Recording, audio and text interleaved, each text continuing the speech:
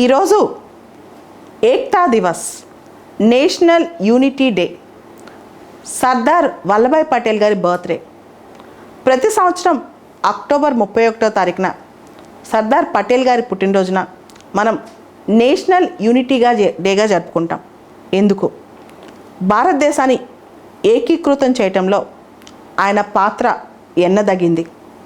ఆయన ఒక మాట అంటారు, ఎప్పుడు కూడా ఈ మాట మనకు స్ఫూర్తిదాయకమే.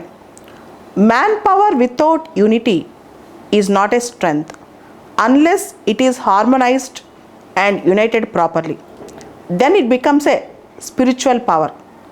మానవాళి ఐక్యత లేకపోతే అది ఖచ్చితంగా బలం కాదు, బలహీనత అవుతుంది. మానవాళి ఐక్యంగా ఉంటేనే మనందరం ముందుకు సాగగలం, హార్మోనియస్గా బతకగలం. అప్పుడు అంత ఐక్యత కలిసి వచ్చి అది స్పిరిచువల్ పవర్లా తయారవుతుంది అని చెప్తారనమాట. భారతదేశానికి సర్దార్ పటేల్ కంట్రిబ్యూషన్ ఫ్రీడమ్ రాకముందు ఉంది, ఫ్రీడమ్ వచ్చిన తర్వాత ఉంది.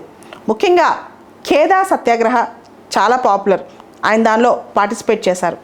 ఆయన చాలా ఫేమస్ అయింది బర్డోలి సత్యాగ్రహ. దానిలో ఆయన్ని గాంధీ గారు సర్దార్ అని పిలవటం మొదలెట్టారు. 1931లో కరాచీ సెషన్కి, ఐఎన్సీ సెషన్కి ఈయన హెడ్ అనమాట, ఈయన ప్రెసిడెంట్ అయ్యారు.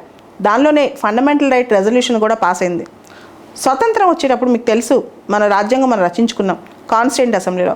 కాన్స్టిట్యూంట్ అసెంబ్లీలో ఆయన అనేక కమిటీలకి హెడ్గా వ్యవహరించారు. ముఖ్యంగా ఆయన అడ్వైజరీ కమిటీ అండ్ ఫండమెంటల్ రైట్స్కి హెడ్గా చేశారు. తర్వాత committee and minorities and tribal and excluded ఏరియాస్లో పనిచేశారు. ప్రొవిన్షియల్ కాన్స్టిట్యూంట్ కమిటీలో కూడా పనిచేశారు. దాంతోపాటు మనకు స్వతంత్రం వచ్చిన తర్వాత సర్దార్ పటేల్ రోల్ చాలా గొప్పదన్నమాట.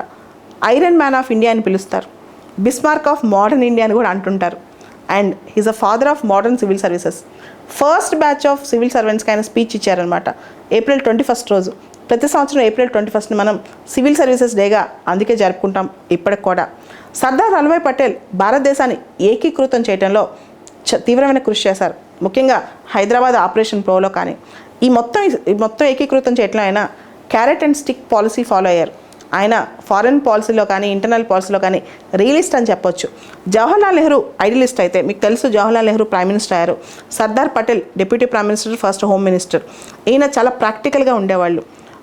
ఆయనకి అసలు యాక్చువల్గా జమ్మూ కాశ్మీర్కి స్పెషల్ స్టేటస్ ఇవ్వడం కూడా పెద్దగా ఇష్టం లేదంట. అదేవిధంగా చైనాతో చాలా కాషియస్గా ఉండమని, చైనా నమ్మొద్దని నెహ్రూ గారికి ఈయన లెటర్ కూడా రాశారనమాట. ఇటువంటివి ఎన్నో ఉన్నాయి సర్దార్ పటేల్ యొక్క లెక్కలో. అంటే ఆయన చాలా రియలిస్టిక్గా ఉండేవాళ్ళు. ముఖ్యంగా హైదరాబాద్ ఇంటిగ్రేషన్లో ఆపరేషన్ పోలో ఆయన చాలా క్రూషియల్ ఆపరేషన్ అనమాట. దానిలో కూడా ఆయన చాలా తెలివిగా వ్యవహరించారనమాట. అండ్ మొత్తం మీద క్యారెట్ అండ్ స్టిక్ పాలసీ అనేది చాలా ఇంపార్టెంట్.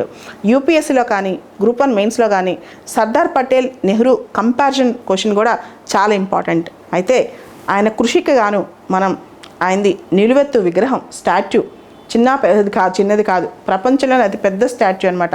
182 మీటర్స్ గుజరాత్లో నర్మదా జిల్లాలో సర్దార్ సరోవర్ డ్యామ్ పక్కనే కెవేడియా అనే ప్రాంతంలో సాధుబెట్ ఐలాండ్స్లో 182 మీటర్స్ ఉన్న హైట్ ఉన్న స్టాచ్యూ అనమాట. షాంఘై కోఆపరేషన్ ఆర్గనైజేషన్ వాళ్ళు 2020లో ఈ స్టాచ్యూని 8th వండర్గా కూడా గుర్తించారు. అంత పెద్ద స్టాచ్యూ. ఈరోజు మోడీ గారు అక్కడికే వెళ్ళి ఆయనకి నివాళులు అర్పించి స్పీచ్ కూడా ఇచ్చారు. ఇది సర్దార్ పటేల్ గారి గురించి. ఈరోజు ఆయన 147th బర్త్ యానివర్సరీ అనమాట. ఈ యానివర్సరీ దేశం మొత్తం ఘనంగానే చేసుకున్నాం. 2014లో ఆయన పుట్టినరోజు రోజున, అంటే అక్టోబర్ 31 రోజున ఏక్ భారత్ శ్రేష్ఠ భారత్ అనే ఒక ప్రోగ్రాం కూడా లాంచ్ చేసాం. ఇండియాలోనే చాలా ప్రాంతాలు ఒకరికొకరు తెలియవు, మన ప్రాంతాల గురించి మనకు తెలియాలి అని చెప్పి ఇండియన్ సర్క్యూట్స్ లాగా చేసి ఒక సర్క్యూట్ వాళ్ళని ఇంకో సర్క్యూట్ తెలిసే విధంగా, మన సంస్కృతి వాళ్ళు ఇంకోటి తెలిసే విధంగా ఈ ప్రోగ్రాం లాంచ్ చేసాం అనమాట. దాన్నే ఏక్ భారత్ శ్రేష్ఠ భారత్ అని.